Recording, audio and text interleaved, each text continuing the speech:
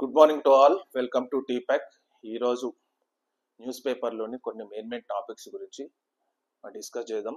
So అందులో భాగంగా first వచ్చేసి కన్నడ నాట సిబిఐకి నో,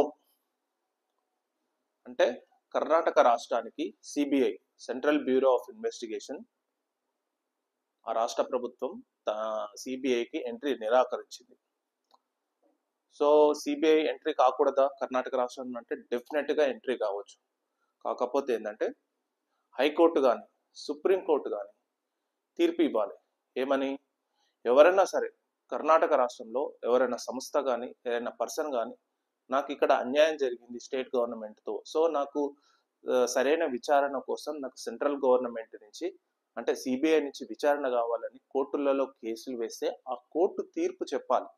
ఏమని? సిబిఐ ఎంక్వైరీ చేసుకోవచ్చు ఇక్కడ అని, సిబిఐ ఎంక్వైరీ చేయొచ్చు అన్నప్పుడు సిబిఐ అనేది ఎంట్రీ అనేది కర్ణాటకలో జరుగుతుంది అనమాట.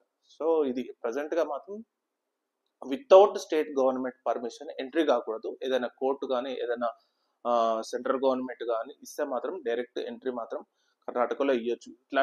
ఇట్లా చాలా స్టేట్స్ ఇట్లా చేసినాయి. తమిళనాడులో కూడా ప్రజెంట్ ఇట్లనే రన్ అవుతుంది, తెలంగాణలో కూడా మేబీ ఇట్లనే రన్ అవుతుంది, కర్ణాటకలో ఇట్లనే రన్ అవుతుంది.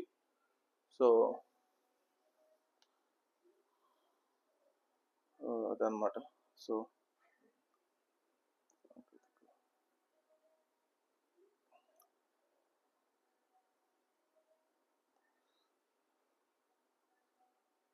ఏఆర్ డైరీ ఫుడ్స్ పై నిఘా ఉంచండి. నేను నిన్న కూడా చెప్పాను, సో నిన్ననో మొన్ననో కూడా చెప్పాను. ఏఆర్ డైరీ ఫుడ్స్ అనేది తమిళనాడుకు చెందిన ఒక డైరీ మిల్క్ ఫుడ్ సంస్థ. సో మిల్క్ అండ్ నెయ్యి టీటీడీకి తిరుమల తిరుపతి దేవస్థానానికి చాలా తక్కువ కాస్ట్తో కేవలం 320 రూపాయల కేజీ నెయ్యిని 320 రూపాయలకే ఇది ఇస్తుంది. సో దాంట్లో నాసిరకంగా జంతువుల కొవ్వు, పంది కొవ్వు కలిసిందని చాలా ల్యాబ్ రిపోర్ట్స్ కూడా వచ్చింది. కాకపోతే ఇప్పుడు సెంట్రల్ గవర్నమెంట్ కీలకంగా ఆదేశాలు ఇచ్చింది అనమాట. ఈ సంస్థపై ఒకసారి కన్నేసించండి, నిఘా పెట్టి ఉంచండి. ఈ సంస్థను అంత ఈజీగా ఈ సంస్థ నుంచి వచ్చే ప్రొడక్ట్స్ ను బాగా టెస్ట్ చేసిన తర్వాతనే రిలీజ్ చేయాలని చెప్పి ఇక్కడ సెంట్రల్ గవర్నమెంట్ ఒక ఆర్డర్ కూడా ఇచ్చింది. దాన్నే ఇక్కడ మనం చూడొచ్చు అనమాట.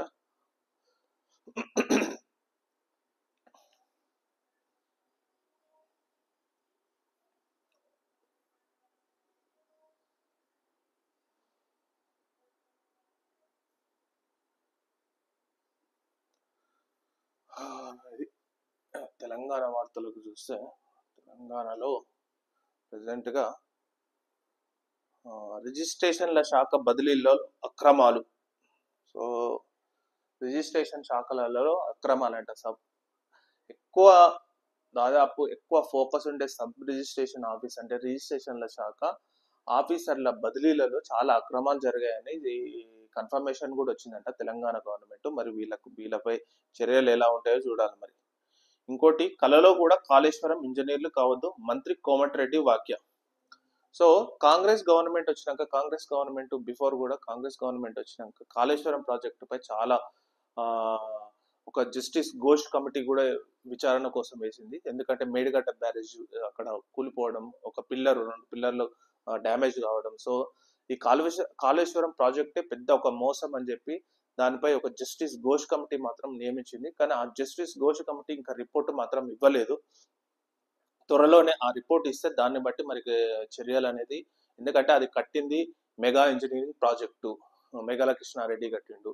సో ప్రజెంట్ గా దానికి ఈ మేడిగడ్డ బ్యారేజ్ వచ్చేసి ఎల్ఎన్టీ కట్టింది. సో వీళ్ళపై ఎందుకంటే ఏమైనా చర్యలు తీసుకోవాలంటే వీళ్ళపై కంపల్సరీ చర్యలు తీసుకోవాల్సిన అవసరం ఉంటుంది ఆ ప్రాజెక్టుకి ఏమన్నా అయితే. సో మరి వీళ్ళపై చర్యలు తీసుకోవాలంటే వీళ్ళు గవర్నమెంట్ కు ప్రో ఉంటారు.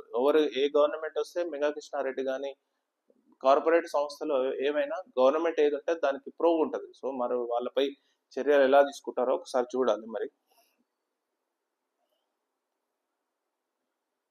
ఏఐసిటిలో భవిష్యత్ టెక్నాలజికల్కు ప్రాధాన్యమని ఒక వార్త మాత్రం ఇచ్చారు. సో ఏఐ అంటే ఆర్టిఫిషియల్ ఇంటెలిజెన్స్ కోర్సులలో ప్రజెంట్గా ప్రపంచంలోనే చాలా డామినేటెడ్గా ఉంది ఆ కోర్సు. ఆర్టిఫిషియల్ ఇంటెలిజెన్స్ ప్రజెంట్గా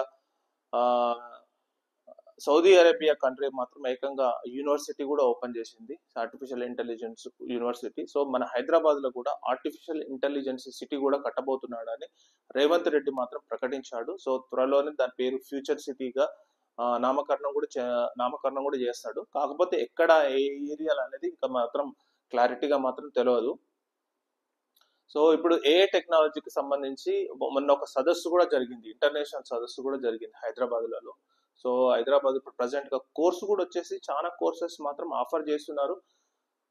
ప్యాకేజెస్ కూడా వెరీ హైగా ఉన్నాయి. దాదాపు స్టార్టింగ్ ప్యాకేజ్ 30 to 35 lakhs వరకు ఉంది పర్ ఇయర్. సో ఎంత డిమాండ్ ఉన్న కోర్సు చూడండి. సో ఎవరైనా స్టూడెంట్స్ మాత్రం దీనిపై ఆలోచించి ఏ కోర్సుకు మంచిగా దానిపై అవగాహన పెంచుకొని ఆ కోర్సు చేస్తే మీకు మంచి భవిష్యత్తు కూడా ఉంటుందని అంచనా అన్నమాట.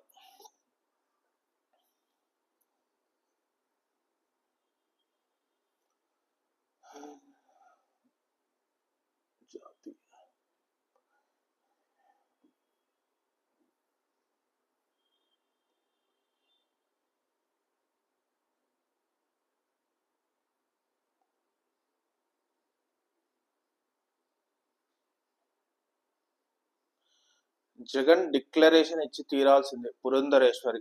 సో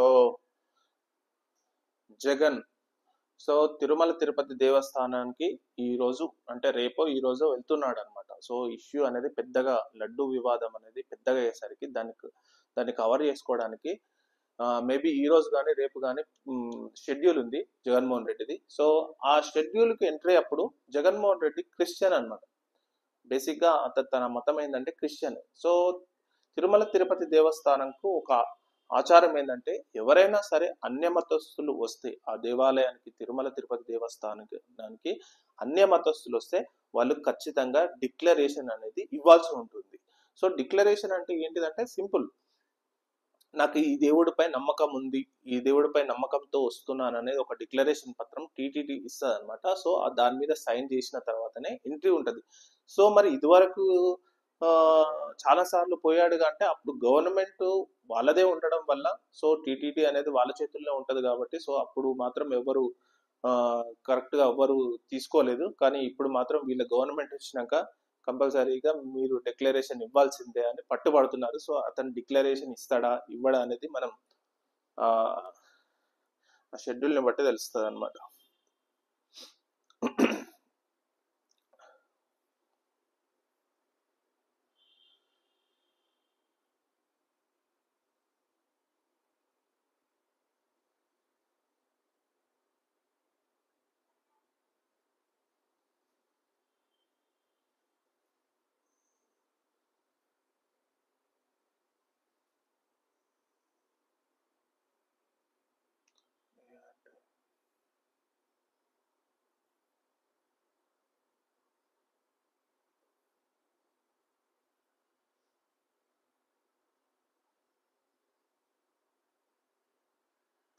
సో రీసెంట్ గా తెలంగాణ గవర్నమెంట్ కూడా ఎవరి దగ్గర పడితే వాళ్ళ దగ్గర మీరు నెయ్యి కొనకండి, కంపల్సరీ విజయ డైరీ దగ్గరనే కొనాలని నిన్న ఆర్డర్ కూడా ఇచ్చింది.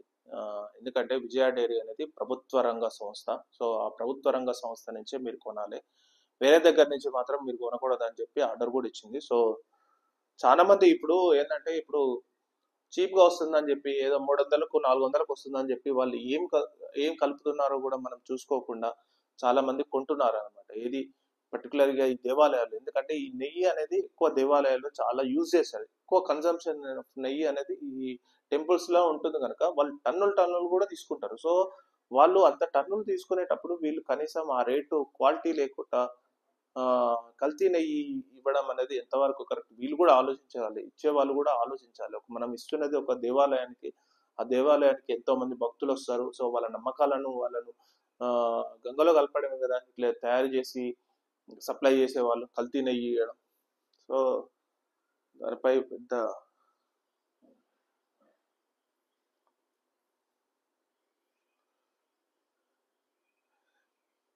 స్పోర్ట్స్ విషయానికి వస్తే ప్రజెంట్గా చెన్నైలో ఘన విజయంతో రెట్టించిన ఉత్సాహంతో టీమిండియా అంట. సో ఇదొకటి. సో చెస్ ఒలింపియాడ్లో స్వర్ణాలు సాధించిన చెస్ టీంకు ప్రధానమంత్రి మోదీ స్పెండ్ చేశాడు వాళ్ళ టీంతోని మొత్తం.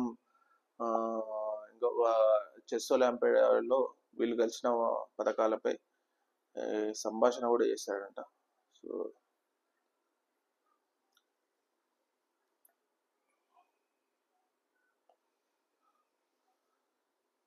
ఇంకా ఈ పేపర్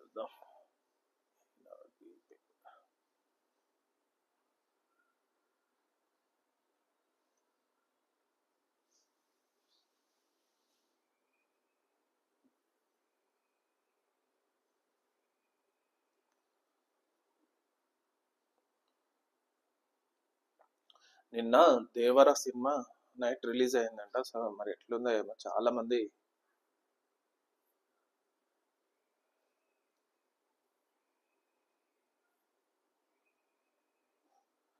కాళేశ్వరం తప్పిదాలకు బాధ్యులు ఎవరు? అధికారుల, నాయకుల? సీఎం రేవంత్ రెడ్డి సూటి ప్రశ్న. సో కాళేశ్వరం ప్రాజెక్టుకు ఎవరు బాధ్యతలు? సో కాళేశ్వరం ప్రాజెక్టు కట్టింది మాత్రం మెగా ఇంజనీరింగ్ కంపల్సరీ, కాబట్టి మెగా ఇంజనీరింగ్ మీదనే చర్యలు తీసుకోవాలి. ఎందుకంటే వాళ్ళే కట్టారు కనుక. సో కాంట్రాక్ట్ ఇచ్చింది మెగా ఇంజనీరింగ్ ఇచ్చారు. సో గవర్నమెంట్ అనేది టీఆర్ఎస్ గవర్నమెంట్, అంటే పాత బీఆర్ఎస్ గవర్నమెంట్ ఉన్న కాంట్రాక్ట్ మాత్రం వీళ్ళకే ఇచ్చింది. సో వాళ్ళపై చర్యలు తీసుకోవాలి. మరి నాణ్యంగా నిర్మించి ఉంటే ప్రాజెక్టు కూలేది కాదని వాక్య. నాయకుల తప్పుడు నిర్ణయాలు అమలు వల్లనే సమస్య అని వెల్లడి. గత ప్రభుత్వం 2 లక్షల కోట్లు ఖర్చు చేసి ఒక్క ప్రాజెక్టు కూడా పూర్తి చేయలేదని వ్యాఖ్యానించింది అనమాట. సో ఇంకోటి, హైడ్రా విధానం సహజ న్యాయ సూత్రాలకు విరుద్ధం, కూల్చివేతలతో పేరు తెచ్చుకోవాలనుకుంటున్నారు. సౌకర్యాలు కల్పించినప్పుడు అక్రమం అనిపించలేదా? సీఎం రేవంత్ కు కిషన్ రెడ్డి లేఖ. సో హైడ్రాపై మాత్రం చాలా, ఇప్పుడు మొన్నటి వరకు చాలా మంది పెద్ద పెద్ద నిర్మాణాలను, పెద్ద పెద్ద వాళ్ళను కూల్చారేమో అనుకున్నారు, కానీ ఇప్పుడు రీసెంట్ గా మాత్రం మామూలు వాళ్ళను కూడా, మామూలు విల్లాస్, నార్మల్ గా ఎంప్లాయీస్ గా పనిచేసి కట్టుకున్న విల్లాస్ ను కూడా కూల్చుతున్నారు చాలా ఏరియాలలో. ఇది బఫర్ జోన్ లో ఉందని, ఎఫ్టిఎల్ జోన్ లో ఉందని. సో అది ఎంతవరకు మరి పర్మిషన్ ఇచ్చింది గవర్నమెంటే ఇస్తుంది పర్మిషన్ అనేది. సో మున్సిపల్ వాళ్ళ మీద, కరెంటు, ఇవన్నీ పర్మిషన్ వచ్చినాయి. సో వాళ్ళని ఎంతమంది సస్పెండ్ చేశారు? వాళ్ళు లంచాలు తీసుకొని ఈరోజు ఈ నిర్మాణాలకు అనుమతులు ఇచ్చి పూర్తిగా బ్యాంకుల లోన్ తీసుకొని కట్టుకునేసరికి ఈరోజు ప్రజెంట్గా కూల్చివేస్తే వాళ్ళు ఎంత బాధపడుతారో మనం చూస్తూనే ఉన్నాం. అందులో భాగంగా ఒక ఆమెకు గుండెపోటు కూడా వచ్చి ఆమె చనిపోయింది. ఆమె ప్రజెంట్గా రోడ్డు మీద నిలబడింది ప్రజెంట్గా. సో ఇట్లాంటి ప్రజలు ఇప్పుడు చాలా మంది ఉన్నారు అనమాట. సో వాళ్ళకు ఇంకా గవర్నమెంట్ ఏమి ఇస్తుందో ఏమో చూడాలి.